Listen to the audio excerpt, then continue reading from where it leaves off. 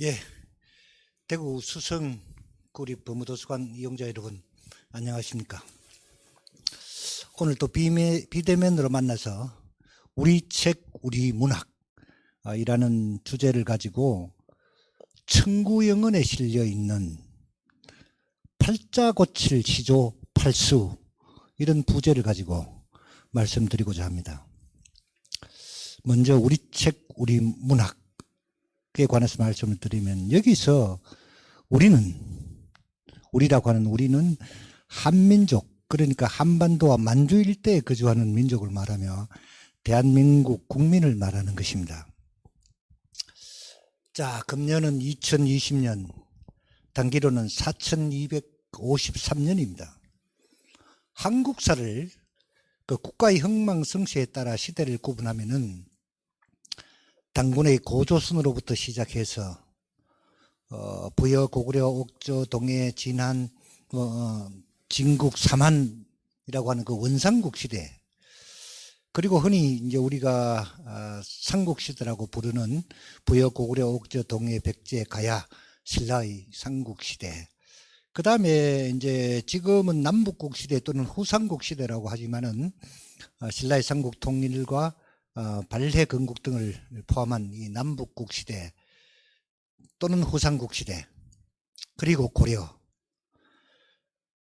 조선, 이렇게 역사가 이어져 오지 않습니까? 그 다음에 1910년대에 우리가 일본에게 주권을 뺏기면서 일제 감정기를 맞이하고, 그 가운데 우리는 대한민국 임시정부를 수립하고, 그 다음 또 전쟁이 나고 군정기를 거치고, 그 다음 1948년에 대한민국이라고 하는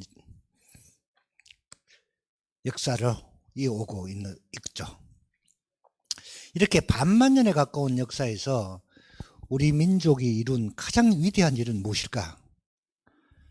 참 견해차가 있을 수 있는 것이지만, 그래도 가장 견해차가 적은 것은 한글의 발명이 아닐까, 저는 그렇게 생각합니다. 세계에 많은 문자가 있습니다. 세계에 많은 문자가 있는데 그 중에서도 글자를 만든 사람, 글자를 반포한 일자, 그리고 글자를 만든 제자 원리까지 밝혀져 있는 것은 한글뿐입니다. 이게 뭐 대단한 일이죠. 1446년에 훈민정음이 반포되어서 우리는 우리 책, 우리 문학을 말할 수 있게 되었습니다. 한글이 없었다면은 순수한 의미의 우리 책은 없다고 볼 수도 있고, 그때의 상황으로 봐서 중국 글자로 된 아마 중국 책만 있었을 것입니다. 그러면 반만 년 역사 속에서 한글이 최고라고 말씀드렸는데, 그 다음은 또 무엇일까요? 그 다음은 무엇이 자랑스러울까? 그것은 우리 문학을 대표하는 우리 민족만이 가진 정형시, 시조라고 생각합니다. 이 시조는 고려 말부터 창작되긴 했지만은 한글이 창작되어서 민족 문학으로서의 자리를 확고히 하게 되었습니다. 우리 문학사에 나오는 고대 가요로 고구려 2대 유리왕이 읊었다고 하는 황조가 많이 아시잖아요. 이거는 훨훨 나르는 꾀꼬리, 쌍쌍이 서로 넘나들며 외로운 나를 비웃나니 오 나는 네와 함께 가리, 이랬습니다. 그 다음에 그 구지가라고 하는 거, 구지가, 거부가 네 머리를 내놓아라, 만약에 내놓지 않으면 너를 구워서 먹겠다라고 하는 거, 우리 그 김해에 있는 구지봉에서 불렀던 노래죠. 그 다음에 이 공호인이라고 하는 고대 가요도 있잖아요.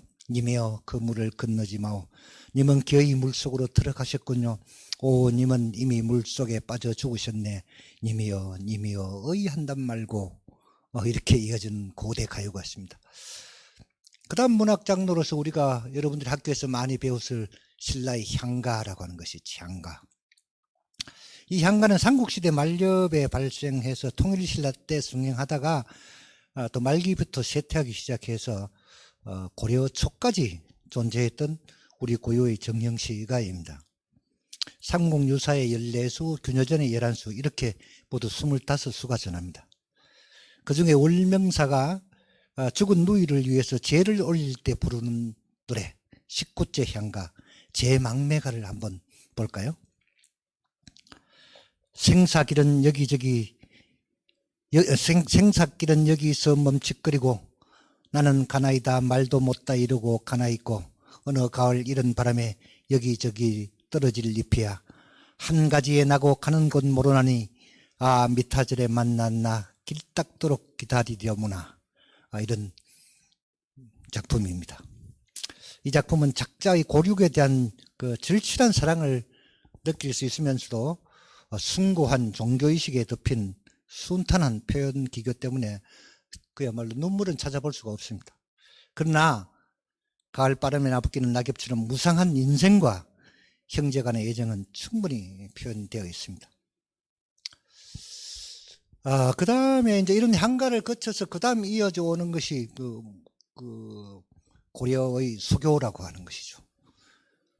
사르리랐다 사르리랐다 청산에 사르리랐다 머루랑 다르랑 먹고 청산에 사르리랐다 얄리얄리 얄리 얄락성 얄라리 얄라 뭐 딸 아시는 거잖아요. 이런 청산별곡에 이어서 서경별곡 쌍화점 만전춘 뭐 이상곡 그 다음에 또 널리 알려져 있는 가시리 있고 나를 불리고 가시리 있고 위질과 태평성대 날들어 어디 살라고 바리고 가시리 있고 또 후렴이 나고 잡사와 돌이 많으난 선하면 아니올세라 소른님 보내옵나니 난 가시는 더 도셔오셔서 이런 가시리라고 하는 작품.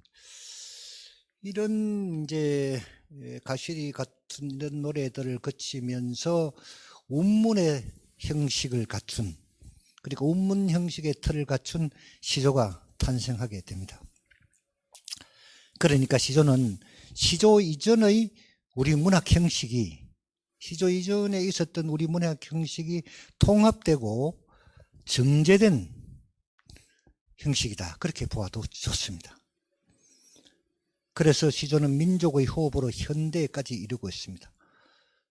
앞에서 살펴본 것처럼 우리나라에서 있었던 문학 장르, 여러 가지 문학 장르가 생성되기도 하고 소멸하기도 했는데 시조는 발생된부터 지금까지 꾸준히 이어서 창작되어 오고 있다. 이것이 대단히 중요한 것입니다. 왜 다른 문학 장르는 소멸하고 없어지는데 시조는 지금까지 생명을 유지하고 있는가? 그것은 우리 민족의 호흡에 맞다는 사실을 그 무엇보다도 잘 증명하는 것이 됩니다.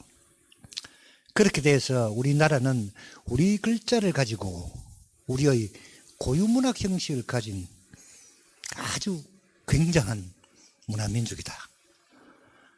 그것이 문화민족이라고 하는 것을 가장 극명하게 드러내는 사실이죠. 그런데 부모도서관 이용자 여러분 한번 돌아보실까요? 조선의 역사, 아니 우리 역사에 시조가 없었다고 하면은 우리 역사는 얼마나 삭막하고 또 얼마나 초라하겠습니까? 그런 가운데 자랑스러운 한글과 자랑스러운 우리 문학인 정형시 시조가 만나서 조선 후기에 3대 가집이 편찬되어서 우리 문학사의 꽃이 되고 있습니다. 이렇게 한글과 시조가 만나 조선 후기에 태어난 우리 민족의 세 아들은 금아지가 청구영언입니다. 1728년에 김천택이라고 하는 가인이 580수의 시조를 모은 책입니다. 둘째가 해동가요. 영조제의 김장수가 1769년에 883수의 시조를 모은 것입니다. 그리고 막내가 가곡원류인데 박효관 안민영이 1876년에 856수의 시조를 모은 책입니다. 자, 이제 그 마제인 청구영언을 좀 더 깊이 살펴보면은 1728년 그러니까 영조 4년에 시조 작가인 김천택이 508수를 엮어서 편찬한 일권일책의 필사본입니다. 여기서 일권일책이라고 하는 일권이라는 건 내용이 같다는 말이고 일책이라는 건 책의 수량을 말하는 것입니다. 이게 이제 필사본 가집입니다. 필사본 가집이니까 그냥 붓으로 뺏겨 쓴 그런 책이죠. 그 후에 이제 필사본들이 많이 생기면서 여러 종류의 이본이 생기기 시작합니다. 그 이본은 잘 아시겠지만 뭐 글자 한자가 틀려도 이본이 될 수도 있고 그러니까 종류가 많을 수밖에 없죠. 그러면 이 청구영언이라는 말 자체는 무엇인가? 이 청구는 뭐 한자로 풀을 정 듣고 그래 쓰기도 하고 한자를 조금씩 달리 쓰기도 하는데 어쨌든 우리나라를 뜻하는 우리나라라는 그런 뜻입니다. 영언은 영언, 길년, 말씀은 이래서 긴 말 뭐 이런데 노래라고 하는 뜻이 되죠. 이 책을 편찬한 김춘택은 호가 난파자. 그런데 본간이라든지 생물연대라든지 이런 것이 잘 밝혀져 있지 않습니다. 그런데 심재환이 쓴 그 정본시조 대전에는 숙종 13년부터 영조 34년까지라고 생물연대가 밝혀져 있기도 합니다. 그러나 뭐 생물연대가 확실하지 않은 쪽에 무게가 더 있다 이렇게 생각이 됩니다. 근데 뭐 젊었을 때 관직 생활을 조금 하기는 했던 것 같고 거의 평생을 여항에서 지냈다. 여항이라고 하는 것은 뭐 그 낱말로 뜻을 풀면 백성들이 살림집이 많이 모여 있는 곳이니까 요즘 같으면 도시 뭐 이런 의미가 되겠죠. 그래서 가인 가객으로 지냈을 것으로 추정되는 그런 인물입니다. 그는 우리의 노래가 구전으로만 읊어지다가 우리가 말로만 이렇게 읊다가 없어지면 이게 어떡하느냐. 그것이 안타까워서 기록으로서 후세에 전하자. 이렇게 해서 이 청구영언을 편찬했다고 하는데 참 우리에게는 소중한 유산이 됐죠. 근데 이 청구영언의 그 시조를 실으면서 자신의 시조도 싣게 되는데 자신의 시조를 여러 분류가 있는데 그 분류에 여항육인이라는 항목에 그의 시조를 넣었습니다. 그리고 그가 평생 남긴 시조는 뭐 현재 남아있는 것이 전체 한 80여 수가 됩니다. 그런데 해동가요에 김춘택의 신분을 알 수 있는 시조가 한 편 실려 있어요. 그래서 상당히 그 재미가 있는데 그 시조를 한번 보면 이렇습니다. 강산 좋은 경을 힘센니 다툴 양이면 내 힘과 내 분으로 의하여 얻을소니 진실로 그 말리 없을세 나도 두고 논이노라. 이런 작품인데 강산 좋은 경을 강산이 이렇게 좋은 강산 경치를 힘센 니가 다툴 양이면 힘센 니 그러니까 돈이 많거나 권력이 있는 사람들이 서로 갖겠다고 막 다투게 되면은 내 힘, 내가 가진 힘과 내가 가진 위치로서는 그걸 어떻게 얻을 수가 있겠냐. 그런데 자연은 강산은 그런 것들을 진실로 금하고 있으니까 나도 두고 이렇게 즐길 수 있다. 뭐 이런 얘기죠. 그러니까 여기서 여항인이라고 하는 것을 짐작할 수도 있다 이렇게 생각합니다. 이 청구영언의 편집은 그 본 내용을 13개 항으로 나누어 싣고 앞에는 정윤경의 서문과 뒤에는 김춘택 자신의 저서 그 다음에 망노초라고 하는 사람의 발문이 있습니다. 오늘날에도 이런 식의 책을 편찬하면은 이런 기준으로 합니다. 그러니까 내가 만약에 전국에 있는 그 유명한 시인들의 시들을 몇 편씩 모아서 책을 내면 바로 이런 형태를 갖추게 되는 것입니다. 그런데 청구영언에서 작품을 배열한 기준은 작가의 연대와 신분, 작품의 내용, 공목 등을 기준으로 해서 삼았습니다. 그리고 작가를 나타낼 때는 호를 먼저 쓰고 그 다음 성명을 쓰고 경력을 아주 작은 글씨에 주로 달아놓은 그런 형식을 취했습니다. 그 가운데 청구영언에 실려있는 580수의 시조 가운데서 이 8수의 시조를 선택해서 오늘 살펴보려고 하는 것입니다. 8수를 살피겠다는 의도는 우리가 흔히 팔자 고친다 그런 말을 하지 않습니까? 제가 소개해드리는 시조 8수의 의미를 알고 실천한다면 그야말로 팔자를 고칠 수 있을 것이라 그런 생각이 들기 때문입니다. 그런데 정말 팔자는 고칠 수 있는 것일까요? 저는 그럴 수 있을 것이라고 봅니다. 인간은 자기 운명을 자기가 개척해야 하니까 말입니다. 지금 제가 가지고 있는 청구영언 해설서 이 두 권은 어, 이 책이 1958년에 그 초판이 됐고, 이 책은 1968년에 재판이 된 것입니다. 근데 초판은 몇 부가 발간됐는지는 알 수 없지만 이 재판본은 한 500부 한정판으로 발행된 것입니다. 정주동 유창균이 저자로 해서 신생문화사라는 곳에서 나왔습니다. 그러니까 지금부터 초판은 62년 전, 재판은 52년 전에 나온 책입니다. 그런데 이렇게 고서의 느낌을 줍니다. 재판본은 이 책인데, 이 재판본은 이 책등이 아주 멀쩡했습니다. 멀쩡했었는데 이번에 이 강의 준비하면서 자료 확인하느라고 이렇게 펼쳤더니 이렇게 부서져 버렸어요. 그래서 책등이 크게 상처를 입었는데 참 안타까워요. 제가 귀하게 여기고 있고, 또 이 내용 자체를 제가 그 반려도서로 생각하고 있는 그런 책인데 상처 입게 해서 좀 미안해요. 근데 이 청구영혼 진본은 뭐 정말 구할 수가 없는 것인데, 이 진본이라고 하는 것이, 이 초판이 진본 청구영혼 이렇게 적혀 있는데 한자로 보면은 여기 멀리 잘 안 보일 겁니다. 보배진자를 쓰고 있어요. 이 보배진자를 쓰면은 대단히 그냥 진귀한 책이다 이런 뜻입니다. 근데 참진자, 한자로 참진자를 써서 진본이라고 하면은 그게 이제 저자가 직접 쓴 책, 또는 저자가 직접 그린 그림, 그리고 이제 처음 박아낸 판본, 뭐 이런 의미를 가지는 것입니다. 자, 그럼 그 속에 이제 팔자고칠 시조 팔수를 보려고 하는데, 그럼 팔자라고 하는 것이 도대체 무엇일까? 뭐 우리가 사실 팔자라는 말을 대단히 많이 쓰고 있지만 팔자가 무슨 뜻인지를 정확히 알고 쓰는 사람은 의외로 많지 않습니다. 팔자를 사주팔자라고도 하죠. 근데 이 사주라고 하는 것은 사람을 하나의 집에 비유한 것이에요. 집에 비유해서 태어난 해, 태어난 달, 태어난 날짜, 태어난 시간, 이것을 그 집의 내 기둥이라고 보는 그런 뜻입니다. 그래서 이제 넉사자에 기둥주자를 쓰는데요. 그러니까 집의 내 기둥이라는 뜻입니다.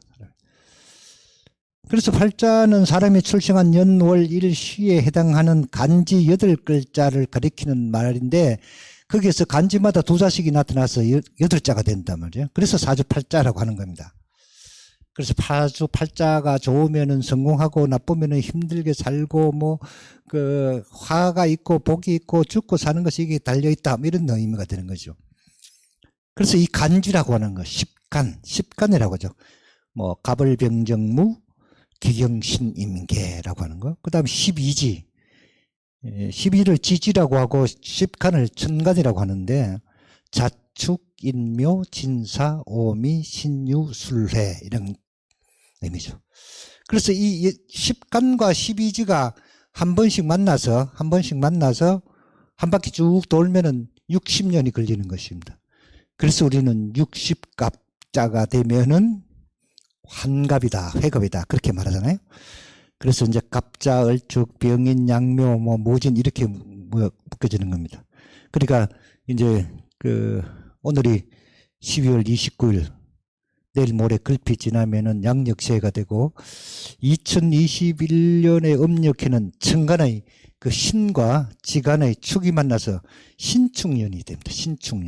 신축년이 되고, 띠로는 소띠가 됩니다. 자, 이렇게 팔자라고 하는 것은 이런 것인데, 그것을 고쳐낼 시조가 있느냐 이런데, 시조 8수를 8수를 소개하면서 이걸 또 팔자를 고치기 위해서 내가 행동해야 될, 내가 바꿔야 될 시조 4편과 정말 하지 말아야 될 일 4가지, 이렇게 또 나누어서 말씀을 드리고자 합니다. 제일 첫 번째 시조는 이런 겁니다. 세상 사람들이 인생을 둘만 여겨 두고 또 두고 먹고 놀 줄 모르더라.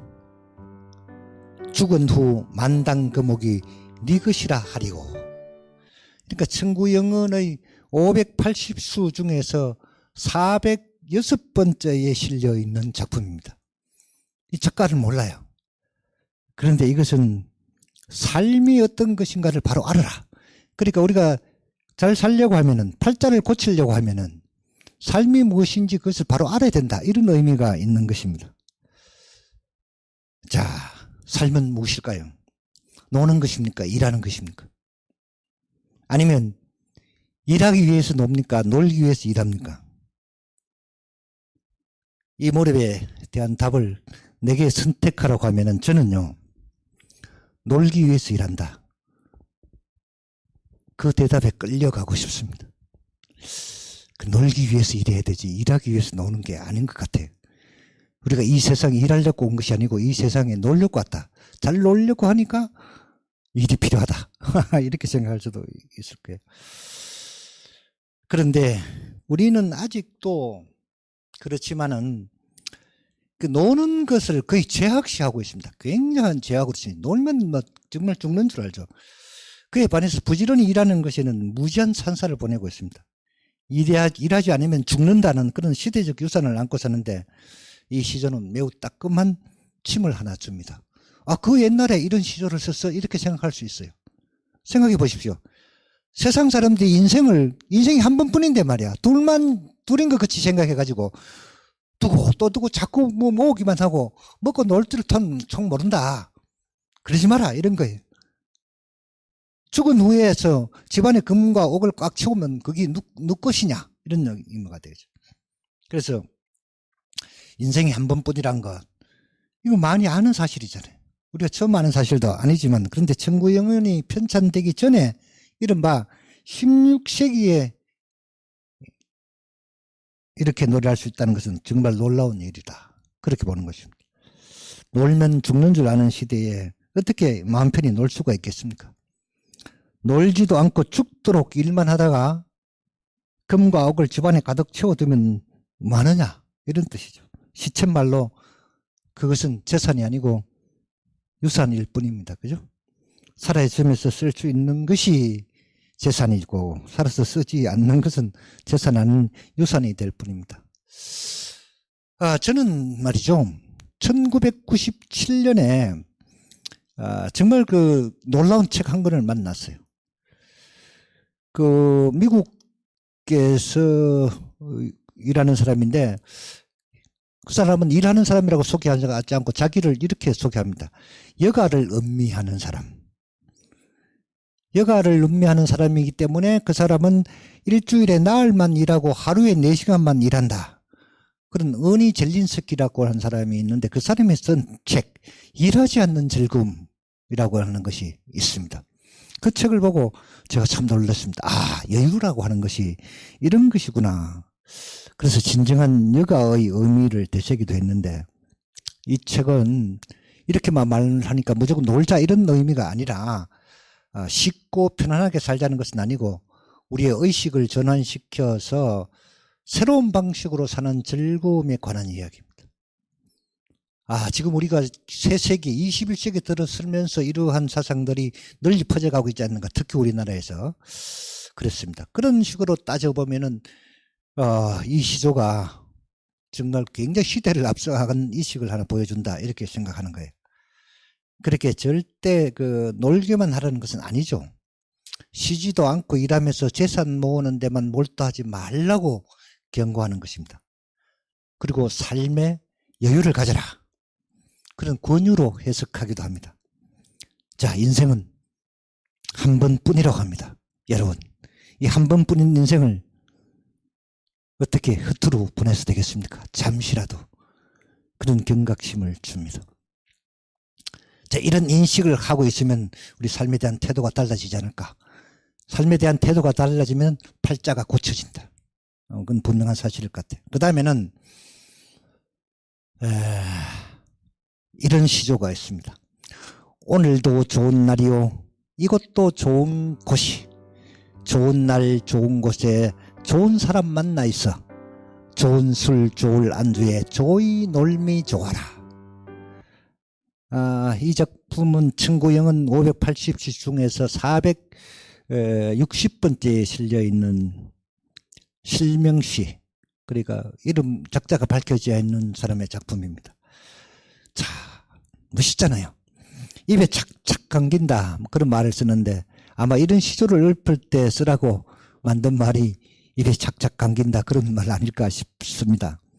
조언이라고 하는 낱말 하나를 여기 놓고 저기 놓아가지고 한 수의 시조를 만들어낸 작가의 능력이 대단히 뛰어나다. 그렇게 보지 않을 수가 없습니다. 이 작품에 좋다라는 말이 9번이 나옵니다. 그러니까 이 짧은 글자 중에 9번이나 나오면은 그게 대단히 실증날 수도 있고 잘 모를 수도 있는데 그런 게 하나도 없어요. 그래서 그야말로 좋다. 저는 그야말로 좋다. 이거 하나를 더 보태서 10개를 채우면서 이 시조가 정말 좋다. 이렇게 생각합니다. 이 작품이 순전하게 말장난 아이가 뭐 이런 생각 들기도 하는데 말장난이면 또 어떻습니까? 정말 좋은데 그것마저 나는 좋다 그렇게 생각하고 있습니다. 작품이 어떤 그 억지를 부려서 부자연스럽다거나 지나치게 꾸며서 거북한 느낌을 전혀 주지 않습니다. 기분이 좋지 않는 날이거나 또는 기분이 좋지 않은 곳에서도 이 시조를 만약 외우다 보면은 저절로 좋아지지 않을까. 인간은 사회적 동물이라서 내가 기분 좋으면 내 주변의 사람도 기분이 좋아지기 마련입니다. 요즘 많은 사람들이 쓰고 있는 그 SNS 시에 특히 젊은 시인들이 쓰는 시, 간단하게 장난처럼 쓰는 시를 SNS 시 그렇게 말하는데 뭐 상당히 인정하는 부분도 있고 그렇고 그런데 SNS 시의 그 준비물이라는 제목을 가지고 최대호라고 하는 시인이 쓴 시가 있습니다. 아주 짧지만 뜻은 깊은 그런 시인데 이렇게 썼어요. 좋은 일, 좋은 사람, 좋은 삶을 만나려면 간단한 준비물이 있다. 좋은 나 이렇게 썼습니다. 어떻습니까? 좋죠. 좋은 일과 좋은 사람을 만나서 좋은 삶을 살려면 간단한 준비물이 있는데 그 간단한 준비물이 좋은 내가 되는 것이라는 겁니다. 맞지 않습니까? 내가 좋아야 됩니다. 내가 좋아야 다른 사람이 좋아지죠. 내가 좋아야 좋은 일도 좋은 사람도 만날 수 있거니와 좋은 일과 좋은 사람을 만나야 좋은 삶이 됩니다. 좋은 내가 되면 여러분 어떻겠습니까? 팔자가 고쳐지지 않겠습니까? 다시 한번 이 시조가 너무 예뻐서 오늘도 좋은 날이요. 이것도 좋은 것이 좋은 날 좋은 곳에 좋은 사람 만나 있어. 좋은 술 좋은 안주에 조이 놀미 좋아라. 좋죠. 그 다음에 이런 생각을 가지라는 거죠. 그 다음에는 사람이 사는데 또 무엇이 꼭 해야 될까? 내 운명을 바꾸고 팔자를 한번 고쳐보려고 하면은 무엇을 해야 될까? 여러 견해가 있을 수 있습니다. 근데 저는 사람이 대단히 겸손해야 된다. 겸손하지 않으면 안 된다. 이런 생각을 합니다. 그래, 건방지지 말아야 된다. 이런 얘기인데, 그런 의미의 시조가 또, 그, 사슬시조라고 하는 형태로 나와 있는 것이 있습니다. 한번 읽어볼게요.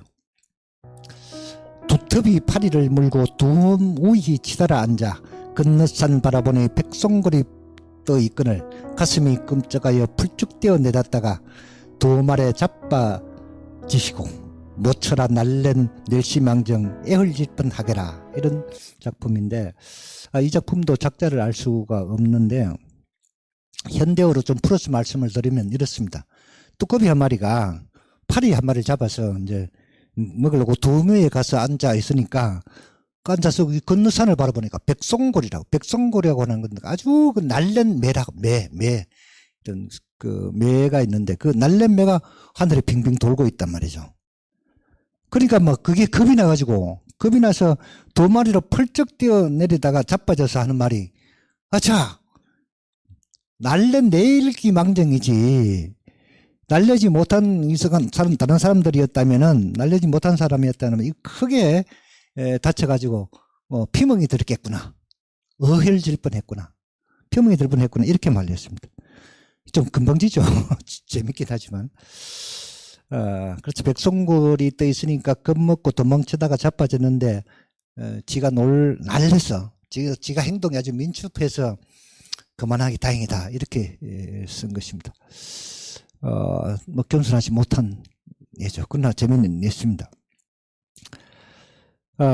이 사설시조라고 하는 것이 원래 그 해학적인 거죠. 해학이라고 하는 것은 그 우리가 뭐 풍자와 함께 그 주어진 사실을 곧이곧대로 쓰지 않고 과장하기도 하고 왜곡하기도 해서 그리고 비꼬아서 표현하는 뭐 그런 방법입니다. 풍자와도 마찬가지죠.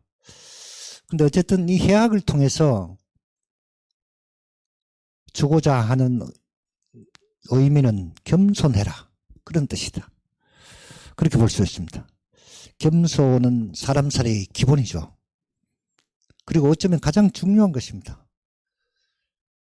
자, 성경에 있는 이 말이 많이 알려져 있기도 하지만 참 중요한 말이 아닌가 생각됩니다. 누구든지 자기를 높이는 사람은 낮아지고 자기를 낮추는 사람은 높아진다. 그렇게 말했어요. 야, 이 말 참 멋있잖아요. 자기를 높이는 사람은 낮아질 수밖에 없고 겸손하지 못하니까 자기를 낮추는 사람은 높아질 수 있다. 이러기가 어렵겠지만 우리 모두 이렇게 살아야 되지 않을까 이런 생각 드는데요. 영국 속담에 벼는 익을수록 고개를 숙인다 이런 말이 있습니다. 벼는 익을수록 고개를 숙인다 이 말 하도 많아서 우리나라 속담인 줄 알았는데 이 영국 속담이라고 하네요. 그리고 또 영국 속담에 머리를 높이 들지 말아라. 입구는 언제나 낮은 법이다. 이런 속담이 있어요. 우리 속담에도 깊은 학식이 있는 사람은 아는 채 하고 뭐 떠들고 돌아다니지 않는다. 그런 뜻으로 이런 속담이 있어요. 병에 찬물은 저어도 소리가 나지 않는다. 병에 찬물은 소리가 나지 않는다. 그런 속담이 있습니다. 이런 것들은 모두 다가 겸손의 가치를 생각하게 하는 것입니다. 겸손하지 않고 팔자 고치기를 바란다면 그것은 정말로 겸손하지 않은 일입니다. 그렇죠? 그 다음에 이제 네 번째로 살아가면서 팔자를 고치기 위해서 해야 할 네 번째는 나누는 것입니다. 나누는 것. 나누어야 된다. 조선시대의 형조참이나 병조참판, 개성부수유 등을 역임한 문신이고 실학자인 김육이라고 하는 사람이 쓴 것인데 아주 정겨워요. 자네 집에 술이 있거든 부디 날 부르소서. 초당에 꽃 피거든 나도 자네 청하옴세. 백년덧 실험 없을 일을 의논코자 하노라. 이런 시조입니다. 인정을 나누는 삶의 아름다움이 그대로 드러나죠. 이걸 말이죠. 경상도 버전으로 번역을 하면 이렇게 됩니다. 어이, 너희 집에 술 있거든 나 좀 불러래. 우리 집에 꽃피면 나도 니를 꼭 부를게. 그래가 우리 100년 동안 아무 걱정 없이 살 그를 일을 이룬하자. 뭐 이런 뜻이죠. 이렇게 허물 없이 지낼 친구를 갖췄다면 그건 대단히 잘 사는 삶이겠죠. 이런 친구 가지고 있는가 한번 돌아볼 필요가 있을 것 같아요. 우리는 아무리 시대가 바뀌었다고 해도 사람과 사람 사이는 정이 있어야 합니다.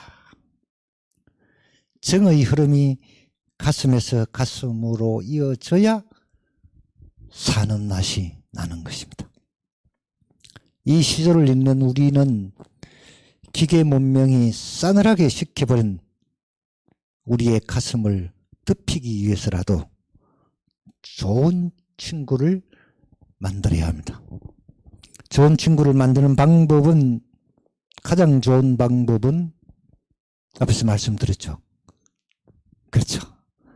SNS에서 이야기한 것처럼 좋은 내가 되는 것입니다. 좀 더 권력을 가진 사람이, 좀 더 많이 가진 사람이, 좀 더 아는 사람이 나누는 일에 앞장서야 합니다. 힘 있다고, 돈 있다고, 좀 안다고 어깨에 힘주는 한 팔자는 절대 고쳐지지 않습니다. 좋은 팔자를 태고 나왔다고 해도 더 나아지지 않습니다. 자, 이걸 꼭 시조로만 풀어서 그런데 이렇게 살면은 누구라도 팔자 고쳐질 것 같다는 생각하지 않을 수 없습니다. 저는. 그러면은 이제 팔자를 고치기 위해서 하지 말아야 될 일이 무엇인가? 그 하지 말아야 될 일도 대꾸로 맞춰서 앞에서 해야 될 일 4개를 만들었으니까 하지 말아야 될 일도 4개의 시조로 한번 살펴보겠습니다. 그 첫째로는 공명심이라고 하는데, 공명심. 공을 세워서 내 이름을 막 내겠다라고 하는 마음. 이 시조는 그 천구영은 580시 중에서 235번째 실려 있는 시조인데요. 김삼현이라고 하는 사람이 쓴 시조입니다. 이 김삼현이라고 하는 사람은 벼슬이 절충장군에 이르렀어요. 절충장군에 이르렀지만 벼슬을 내놓고 강호에 응가하면서 시를 지으면서 삶을 산 그런 아주 참 멋있는 사람이다. 그렇게 볼 수가 있습니다. 그 사람의 읊은 시조는 이렇습니다. 공명을 즐겨 마라 영욕이 반이로다. 부귀를 탐치 마라 위기를 밟느니라. 우리는 일신이 한가하거니 두려운 일 없으라. 이렇게 했어요. 이 작품은 작자가 실제로 말만 이렇게 하는 것이 아니라 벼슬을 그만두고 강호에서 시를 지으며 산 사람이라서 작자의 이력과 함께 생각하면 공감이 더 커지는다. 그렇게 보는데요. 근데 이 작품의 초장과 중장이 진서에 나오는 비천상무부기요 부기필천위기라고 하는 이 한자를, 그러니까 즉 가난하고 몸이 천하면 항상 재물이 많고 몸이 귀해지기를 바라고, 몸이 귀해지고 재물이 많으면 반드시 위태로운 고비를 겪게 된다 라는 말을 차용해서 쓴 것으로 보여서 좀 아쉽습니다. 그래도 어쨌든 자기 이름 드러내기를 좋아하면 팔자 고치기 어렵습니다. 이건 분명합니다. 시쳇말로 자기 공 드러내면은 아무리 잘한 것도 말 안 하는 것보다 못합니다. 이렇게 공공자를 쓰고 이름 명자를 쓴 공명심은 공을 세워서 자기 이름을 드러내려고 하는 것인데, 이 말을 공명심, 그러니까 공공이라고 하는 공에다가 밝을 명자를 쓰는 공명심으로 바꿔야 된다. 이 공명심은 그 사사로움이나 시우침이 없이 공정하고 명백한 마음을 가리키는데요. 허명에 들떠서 일을 잘못하는 것은 시대가 변한다고 해서 변하는 것이 아닌 거예요. 주변의 사람들이 잘한다 하니까 옳지 않은 일도 하게 된다면 이건 참 어리석은 일이죠. 그리고 공과 사가 대단히 분명해야 됩니다. 모든 일에서. 이 시조는 죄 짓지 않으면 겁날 일이 없다. 그런 뜻도 포함하고 있는데, 그러면은 자연적으로 삶의 여유를 가지게 되지 않겠느냐가. 삶의 여유를 가지게 되면은 인생이 즐거워질 수 있고 그 속에서 팔자는 저절로 바뀌는 것이다. 이렇게 생각합니다. 그 다음에 두 번째로는 팔자를 고치기 위해서 하지 말아야 할 일인데 이런 것이 있어요. 이건 상식적이다고 말할 수 있는데 욕심을 버려야 된다는 것. 그런데 그 유명한 송강정철이라고 하는 사람은 조선시대에 그야말로 최고의 관리였잖아요. 우의정을 지내고 자의정을 지내고 전라도 제찰사 등을, 그런 여기만 문신이고 문인인데, 그 유명한 그 빌곡 관동별곡을 비롯해서 삼인곡, 성민곡 등의 그런 가사를 쓰기도 하고 그가 쓴 시조가 107편이나 현재까지 전해지는 아주 그런 문인으로서의 삶을 산 분입니다. 그분이 이런 시조를 남겼어요. 쓴 나물 데운 물이 고기도곤 맛이 있네. 촉 좁은 집이 귀덕 네 분이라 다만당 님 그린 탓으로 시름겨워 하노라. 이런 작품입니다. 참 여유로운 생각을 갖게 해주는 그런 작품이죠. 쓴 나물, 그러니까 쓴 나물, 우리가 뭐 냉이를 비롯해서 봄에 나는 그런 그런 쓴 나물을 더운 물에 데쳐서 먹으면은 거기 고기보다 더 맛있고, 초가집은 그 내 신분에 딱 맞다. 내 신분에 딱 맞으니까 오로지 님 그리운 시름만 있다. 님 그리운 시름만. 이 님이 뭘 어떻게 해석해야 될 때는 상황에 따라서 여러 가지 말할 수가 있겠지만은, 그렇게 풀면은 뭐 더 말할 것도 없이 욕심 드러내라. 이런 얘기가 됩니다. 그 앞에서 말한 공명심과 뜻이 조금 겹쳐지기도 하죠. 겹쳐지기도 하지만 내게 주어진 것에 만족하는 거예요. 내게 주어져 있는 것에 만족하고 엉뚱한 생각, 엉뚱한 욕심을 부리지 않는 거, 이건 다른 거죠. 내게 주어진 것에 만족하며 사는 삶을 노래했습니다. 자, 욕심 부리기 참 어려운 일이죠. 욕심 없이 어떻게 인생을 살 수 있느냐, 그렇게 말할 수도 있습니다. 그러나 욕심을 부리는 것도 방법이 아주 정당해야 되는 거예요.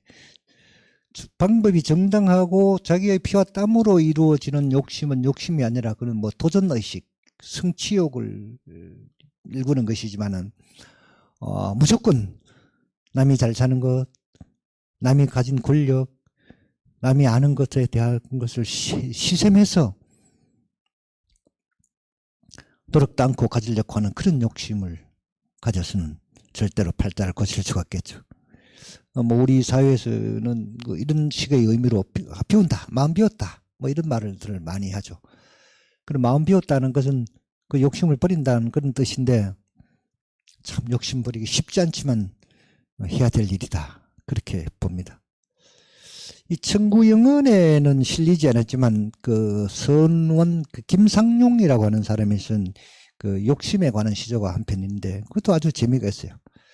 그래서 한번 살펴보려고 하는데 이렇습니다. 욕심 난다 하고 몹쓸 일 하지 마라. 욕심 난다 하고 몹쓸 일 하지 마라. 나는 잊었어도 남이 양자 보느니라. 나는 그걸 잊어버렸다고 해도 다른 사람들이 다 그 모습을 보고 있다. 한 번을 악명을 얻으면, 인생에서 한 번을 악명을 얻으면은 어느 물로 씻으리. 그러니까 한 번 악명을 얻으면은 그걸 씻어낼 물이 없다는 겁니다. 그러고 보니까 아주 직설적이지만은 강한 교훈을 주고 있습니다. 자기가 부리는 욕심은 자기 눈에는 잘 안 보이지만은 남은 다 보고 있으니까 조심해라. 그리고 한 번 악명을 얻으면 그것을 씻을 물이 없으니까 욕심 부리고 어떻게 되겠느냐, 이런 얘기입니다. 참 좋은 시조라고 생각이 들어요. 한 번 더 읽어보면 이렇습니다. 욕심 난다 하고 몹쓸 일 하지 마라.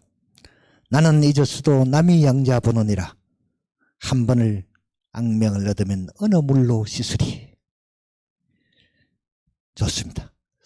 그리고 우리 속담에 말이죠. 삼정성 부러워하지 말고 내 한 몸 튼튼히 가져라, 이런 말이 있습니다. 욕심 부리지 말고 의욕을 두지 말고 제 몸을 위해서 건강에 아주 힘쓰라, 그런 뜻의 속담인데, 그렇죠. 뭐 어느 시대나 다 그렇습니다만 건강해야 우리가 팔자도 고칠 수 있지 않겠습니까? 그 다음에 팔자를 고치기 위해서 정말 하지 말아야 할 일 중에 세 번째로, 이건 뭐 누구나 짐작할 수 있는 일입니다. 말조심을 해라, 그런 얘기입니다. 말조심을 안 하면은 뭐 좀 큰일 나죠. 이 시조는 뭐 많이 알려져 있습니다. 아주 재미있게 만들어졌기 때문에 말이죠. 이 시조도 앞에서 뭐 좋다라고 하는 말이 9번 들어간 것은 이 시조도 뜻이 다르지만 말자가 9번이나 들어가는 그런 시조인데요. 그 재미 때문에 널리 알려져 있습니다. 말하기 좋다고 남의 말을 말할 것이, 남의 말 내 하면 남도 내 말 하는 것이, 말로서 말이 많으니 말 말음이 좋아라, 이랬습니다. 이 시조는 말하는 것에 대해서 주의를 주고 있습니다. 그런데 지금 우리 비대면 시대를 살고 있는 요즘, 또 인터넷 시대에 말이 되고 있는 글, 이것과 관련시켜 보면은 이른바 SNS에 댓글 쓰는 일에 저는 이 작품을 접속시키고 싶습니다. 대면 시대의 말보다 비대면 시대의 말이 더 무섭습니다. 더 무서워지는 이유가 있죠. 대면하지 않기 때문에 사람들이 괜히 과격하게 됩니다. 자기 감정을 막 분출하는 거죠. 근데 감정은 이승으로서 통제되어야 되는 것인데 마구 솟는 감정을 그대로 분출시켜버리면 그건 악이 되는 경우가 많습니다. 요즘 우리 뭐 말 잘못해서 낭패다는 사람들 워낙 많고 그래서 많은 사람들이 나름대로 말조심하고 살겠지만 참 조심할 일입니다. 그래서 댓글 다는 거, 댓글 때문에 뭐 사람이 그 극단적인 선택을 하는 경우도 있고 하니까 댓글 다는 거 정말 우리 조심해야 우리 아름다운 사회에서 같이 살 수 있지 않을까 이렇게 생각되는데요. 근데 꼭 댓글을 달아야 되겠다고 생각한다면은 댓글까지 달지 말라는 것은 절대 아닙니다. 댓글을 달달라고 하면은 언어도 순화하고 가능하면은 그런 악플 아닌 쓴풀을 달면은 개인으로서는 팔자가 달라질 것이고 공적으로는 우리 사회가 밝아지지 않겠느냐 이런 생각을 듭니다. 그래서 말조심을 댓글 조심으로 바꿔봤는데 이 말을 함부로 해서는 안 된다는 것들은 워낙 중요하기 때문에 많은 사람들이 관심도 가지고 있고 그 옛날에도 천구영은에는 또 이 말고도 이 말과 관련해서는 뭐 몇 개 작품이 있는데 이런 것도 있습니다. 세상 사람들이 입들만 성하여서 제 흠을 전혀 잊고 남의 흉 보는 거냐. 남의 흉 보고라 말고 제 흠을 고치고자. 그러니까 입들만 성해가지고 제 흠을은 전혀 모르고 남의 흉만 보는데 남의 흉 보지 말고 네 흠을부터 고쳐라. 뭐 이런 뜻의 시조입니다. 참 이 시조 읽으니까 가슴이 뜨끔해지는데요. 근데 말을 하고 사는 것은 얼마나 어려운 일인가. 이거 참 어려운 일들입니다. 그래서 주의식이라고 하는 가인은 말하기가 정말 어렵다. 그런 것들을 시조로 썼는데 이런 작품이 하나 있습니다. 말하면 잡류라고 말 안 하면 어리다 하네. 빈 하늘 남이 웃고 부귀를 세우나니 아마도 이 하늘 아래 살을 일이 어려워라. 이런 시조를 남겼어요. 천구영은 580시 중에 224번째로 실려 있는데요. 말하는 것이 어려운 일이란 것만 인식해도 팔자가 달라질 수 있을 것입니다. 이 주의식 가인 같은 경우에는 말하면 잡누락하고 안 하면 어리석닥하고 가난하고 그러면 가난한 것은 남이 웃고 부귀는 질투를 하고 이러니까 이거 참 세상 살기가 어렵다. 이렇게까지 말하는 것이 대단히 정말 중요하다. 그렇게 말할 수 있는 것이죠. 근데 이 시조는 말하는 것을 남의 말하는 것을 주의를 줬는데 말에서 특히 또 하지 말아야 할 일이 하나 있는데 그게 거짓말입니다. 이 거짓말은 정말 화를 부르는 요소죠. 이 거짓말이 부르는 화는 감당할 수가 없어요. 거짓말을 하면 그 거짓말을 숨기기 위해서 또 거짓말을 하게 되고 그렇게 됩니다. 그 말은 바로 그 인간이 사회적 동물임을 드러내는 것인데, 혼잣말에서부터 대화, 나아가 뭐 지금 제가 드리고 있는 강연이나 연설처럼 그 다양한 형태로 이루어진데 참 조심해야 될 것이 많습니다. 저도 지금 굉장히 조심조심하면서 말씀드리고 있습니다.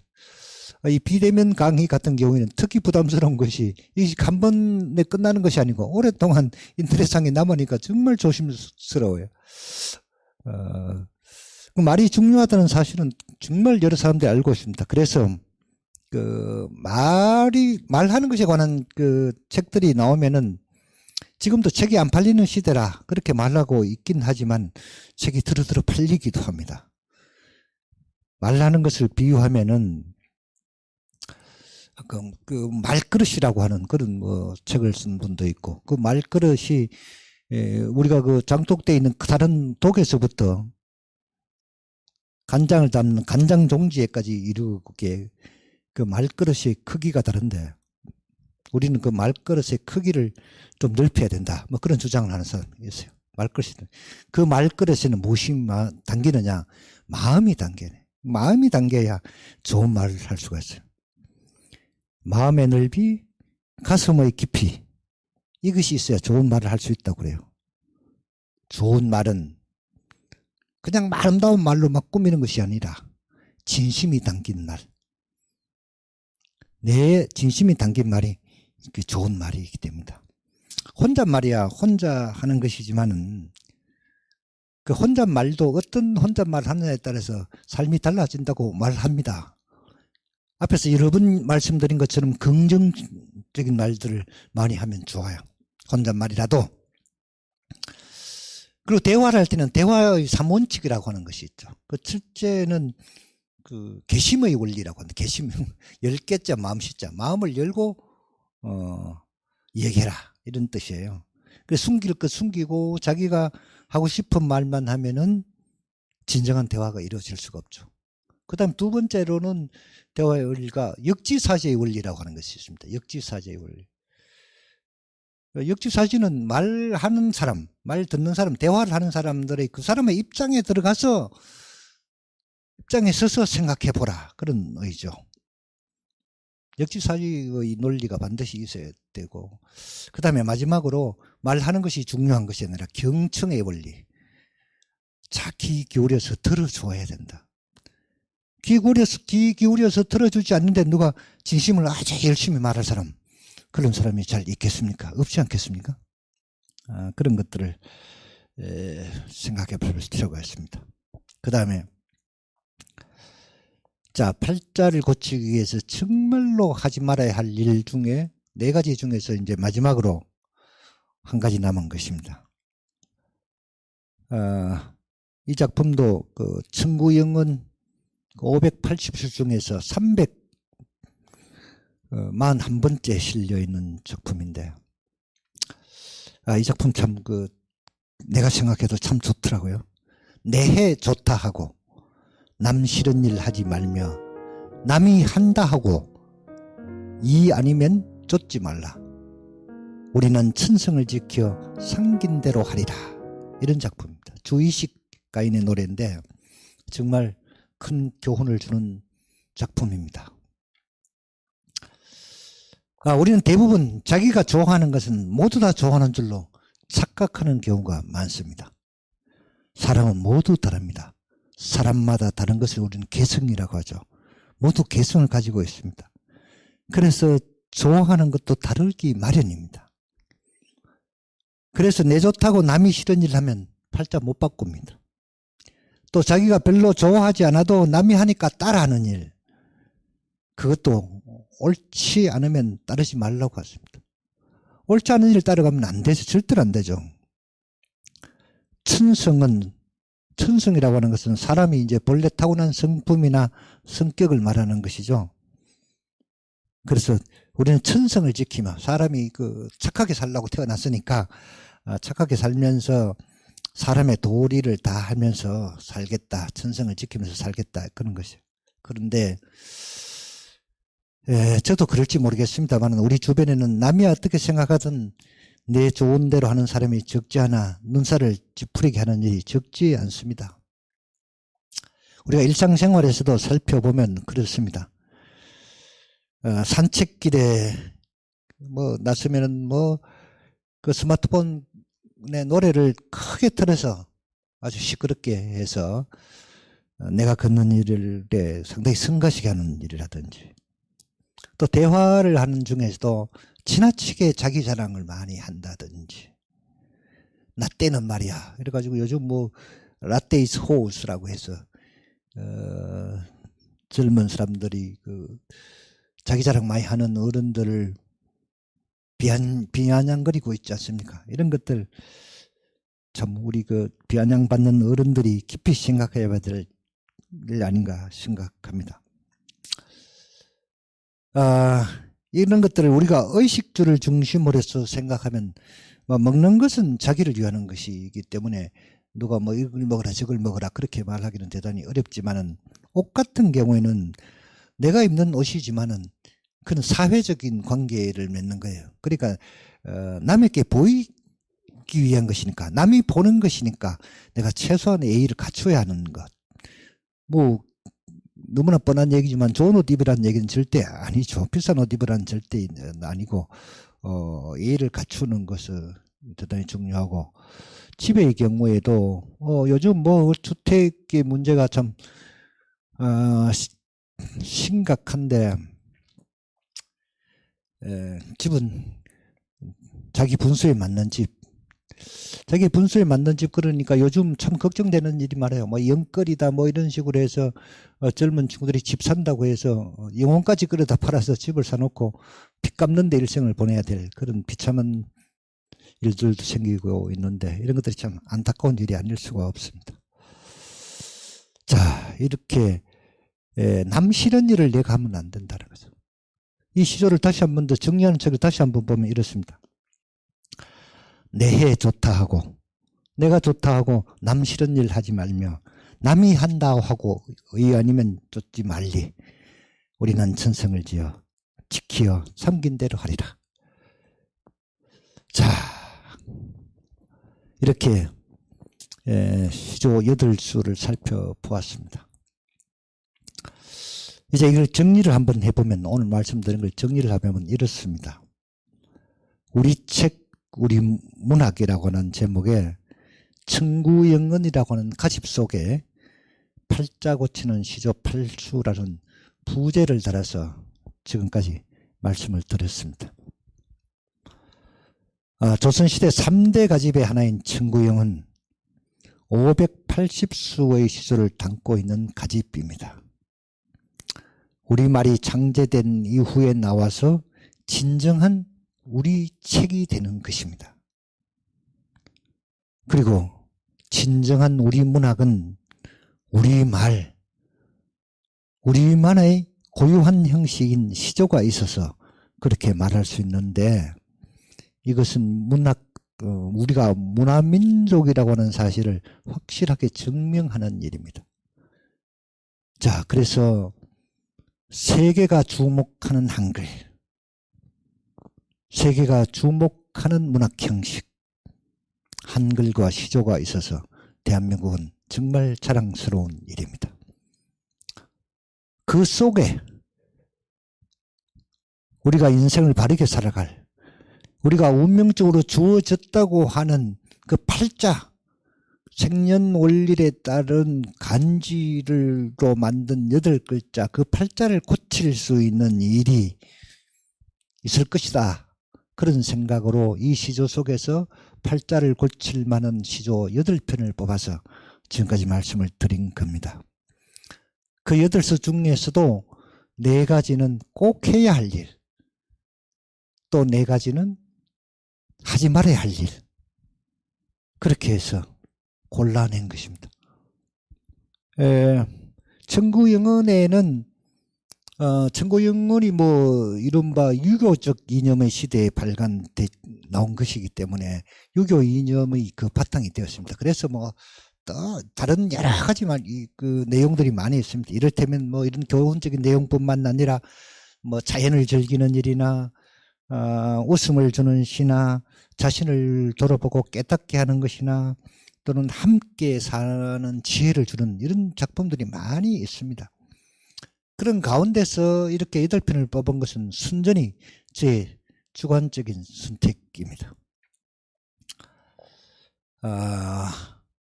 해야 할 일 4가지는 우리 삶에 대한 인식을 똑바로 하자. 삶에 대한 인식. 그 중에 특히 인생은 한 번뿐이라고 하는 사실을 기억하자. 인생이 한 번뿐인데 우리는 함부로 살아서는 안 된다는 사실을 인지해야 된다. 그 다음에 긍정적으로 생각하자. 긍정적인 생각을 갖는 것이 정말 팔자를 고칠 수 있는 중요한 것이다. 그 다음에 겸손해라. 금방지면 절대로 성공할 수 없다. 성공 못하지, 겸손하지 않으면. 그 다음에 꼭 많아서가 아니라 내가 가지고 있는 것을 다른 사람들과 나누면서 살자. 내가 나누면은 다른 사람들도 나누게 됩니다. 그러면 주고받고 하는 정이 남고 물질적으로는 실제로 손해를 보지 않는다, 이렇게 말할 수도 있는 겁니다. 그렇게 나누는 것은 정말 아름다운 일이기도 하지만 사람 사는 맛을 나게 하는 정말 좋은 것이다, 그렇게 생각합니다. 이렇게 살면은 삶을 바르게 인식하고 긍정적으로 사고하고 겸손하고 나누게 살면 어떻게 팔자가 안 고쳐지겠습니까? 그 다음에 팔자 고치기 위해서 하지 말아야 할 4가지. 공명심에 들뜨지 마라. 공명심에 들뜨지 마라. 야, 이런 경우 상당히 적지 않습니다. 자기가 한 일도 아닌데 남이 한 일까지 자기가 한 일것처럼 들떠서 공명심에 들떠서 허우적대는 거. 그 다음에 욕심을 줄이라. 사람이 욕심 없으면 살 수 없는데 그래서 욕심을 내가 없애라 이게 아니고 욕심을 줄이라, 이렇게 표현을 썼습니다. 욕심을 줄이자. 그 다음에 말 조심하고, 정말 말 조심하고, 옛날에 말만 조심했지만 지금 글도 정말 조심해야 된다. 특히 SNS에, 인터넷에 그 댓글 다는 것에 대해서 우리는 정말 좋은 세상을 만들기 위해서, 내 팔자를 고치기 위해서라도 악플 아닌 성플을 달자, 뭐 그런 말씀으로 이어질 수가 있고, 남이 싫은 일 하지 않으면 남이 싫은 일 조심하자. 남이 싫은 일 하지 말자. 그러니까 이 세상에서 인생을 잘 사는 방법 중에서 그래도 가장 기본적인 것은 남에게 폐 끼치지 않고 살면 그건 대단히 잘 사는 것이다, 이렇게 말할 수가 있습니다. 남에게 잘 사는 것은 남에게 폐 끼치지 않는 것이다. 그게 기본이 되고 있는 거죠. 자, 법무도서관 이용자 여러분, 지금 제가 말씀드린 게 실천하기가 그렇게 만만한 일이 아닙니다. 그러나 실천하기 어렵다고 해서 하지 않아도 된다, 그런 말도 아닙니다. 실천하지 못해도 100% 실천하기 어렵다고 해도 실천하려고 노력해야 합니다. 그것이 우리 삶을 빛나게 하는 것이다. 그런 노력도 하지 않고 무슨 재미로 인생을 살 수 있겠냐, 이렇게 말할 수 있습니다. 그런 노력을 해야 그야말로 팔자를 바꿀 수가 있습니다. 할 일, 하지 말아야 할 일, 이런 것들 잘 챙겨서 주어진 팔자에 지지 말고 내 뜻에 맞는 팔자로 바꾸어서 즐겁게 살아보도록 합시다. 저도, 그리고 여러분들도. 감사합니다.